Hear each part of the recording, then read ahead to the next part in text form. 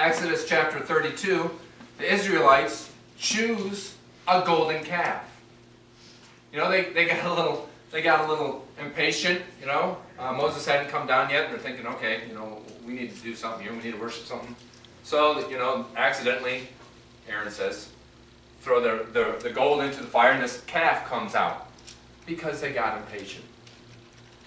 Have you ever gotten impatient with God?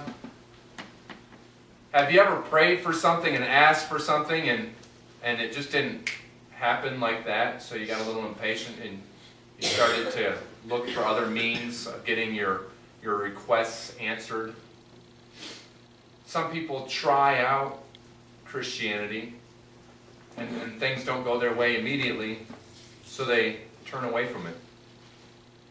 They have a choice to stick it out. The Israelites, they had a choice to sit there and wait a little bit longer, but they chose to find another way out. What happens when we pray and our prayers aren't answered? We have a choice to wait longer, or to say, well, maybe God's not there, maybe God's not listening. We have to make the right choice, to be patient, not just turn and run the other way. Turn and find comfort in something else. Some people decide to turn and find comfort in a bottle. Some people decide to turn and find comfort in the arms of someone else. They get impatient with God. And it does have eternal ramifications.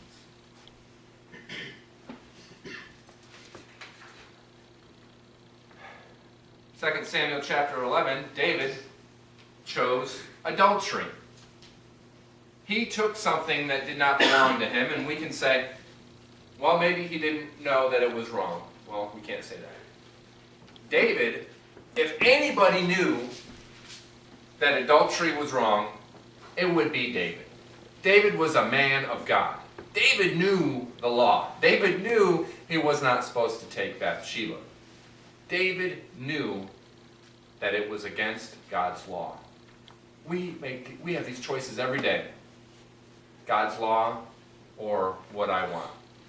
David couldn't possibly think he was above the law, but he disregarded it for that moment. He could have chosen to walk back inside. He didn't have to stand there and then start asking about her, who she was, and then sending someone after her.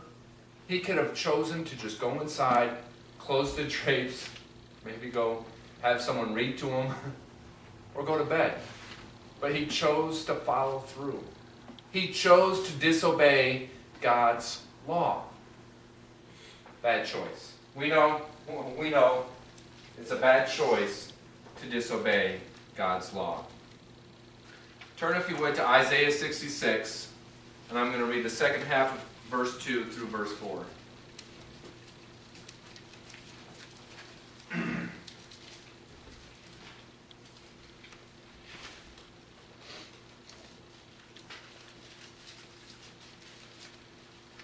Isaiah 66. This is the one I esteem, he who is humble and contrite in spirit, and trembles at my word. But whoever sacrifices a bull is like one who kills a man, and whoever offers a lamb is like one who breaks a dog's neck. Whoever makes a grain offering is like one who presents pig's blood, and whoever burns memorial incense like one who worships an idol. They have chosen their own ways, and their souls delight in their abominations. So I will also choose harsh treatment for them, and will bring upon them what they dread. For when I called, no one answered. When I spoke, no one listened. They did evil in my sight and chose what displeases me. I read through this and I thought, well, wait a second. They were commanded to offer these sacrifices. Why does that displease God? Well, what's the first part say? He prefers one who's humble and contrite in spirit and trembles at his word. If they hadn't chosen to do what displeased God, they would not have had to offer the sacrifices. That's there. That's like, have you ever known someone who's always apologizing for doing something wrong? Every time they come up, they have to apologize for something, and you accept their apology, but you would much rather they just don't mess up in the first place. This is what God is saying here, saying, stop making the wrong choice. He can't physically make them stop. He's not going to say, well, I'm going to make you stop making the wrong choice. He pleads with them to stop making the wrong choice. He gives them the choice to obey. It's like, why didn't you just choose to listen? The words of Eleanor Roosevelt ring true. One's philosophy is not best expressed in words. It's expressed in the choices one makes. In the long run, we shape our lives and we shape ourselves. The process never ends until we die. And the choices we make are ultimately our responsibility. I like that. They're our responsibility. How many times have you ever heard someone say, he gave me no choice? They gave me no choice. I had to do it. I had no other choice. We can't give someone else the responsibility for our choices. The choices, the gift of choice that God gave us. If we try to give someone else that choice, that's like regifting. You know what I'm saying? You get a gift and you give it to someone else because you don't want to have to be the one responsible for it. Regifting. We can't regift that gift of choice. God gave us the ability to choose for ourselves, so if we allow other people to influence our choices, we will still be held accountable. Adam was still held accountable, even though Eve made the first bad decision. We need to make the right choice. And fortunately for us, there's plenty of examples in the Bible that show people making the right choice even when it might not be the easiest choice. First, let me read Joshua chapter 24, verses 14 and 15. You can turn to that if you want to. Joshua 24, verses 14 through 15.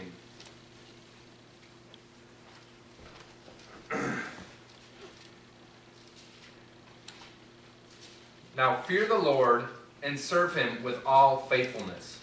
Throw away the gods your forefathers worshipped beyond the river and in Egypt, and serve the Lord.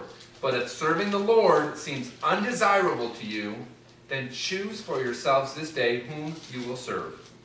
Whether the gods your forefathers served beyond the river, or the gods, the Amorites, in whose land you are living. But as for me and my household, we will serve the Lord.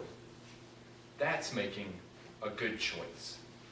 You're going to make a bad choice if you want to make a bad choice, but me, I'm going to make a good choice. I'm going to serve the Lord. Now I want to look at those in the Bible that made that choice. First we had Abel. We went back to Cain and Abel. Abel chose to offer the portions from some of his firstborn of his flock. And you say, well, why can't that be seen as convenient? If Cain's wasn't it was convenient for him, why wasn't that? Now, I know we have some farmers in here, or we at least have one today. Is it convenient to offer the meat or the fat from any of your animals of your firstborn as a sacrifice? Especially if that's what you eat from. Well, he wasn't eating from it at that point, but we know today that if we were trying to relate it to us, that's not convenient. It's not as convenient as being able to pick something up and offer it. You have to kill it, and you have to prepare it the proper way and everything. It wasn't convenient. It was inconvenient, but he still did it. He chose to offer that up as an offering to God, and it pleased God. Genesis chapter 6, Noah chose to build the ark. Now, and don't get ahead of me here. I know you're asking, wait a second, he didn't have a choice. But he did. We're going to get to that in a minute. Everybody has a choice. Noah chose to build the ark. Imagine seeing the schematics for this.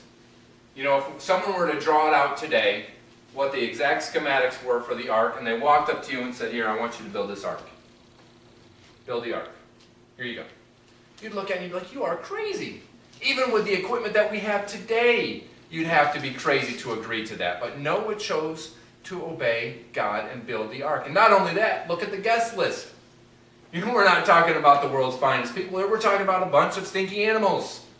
So he had to have 2 of every animal come on board, maintain them, and set sail with them. That's not an easy choice to make. I'd be like, well, you know what? I'm going to try to swim. I'll take my chances with the waves. because you want me to do what? But he chose to obey.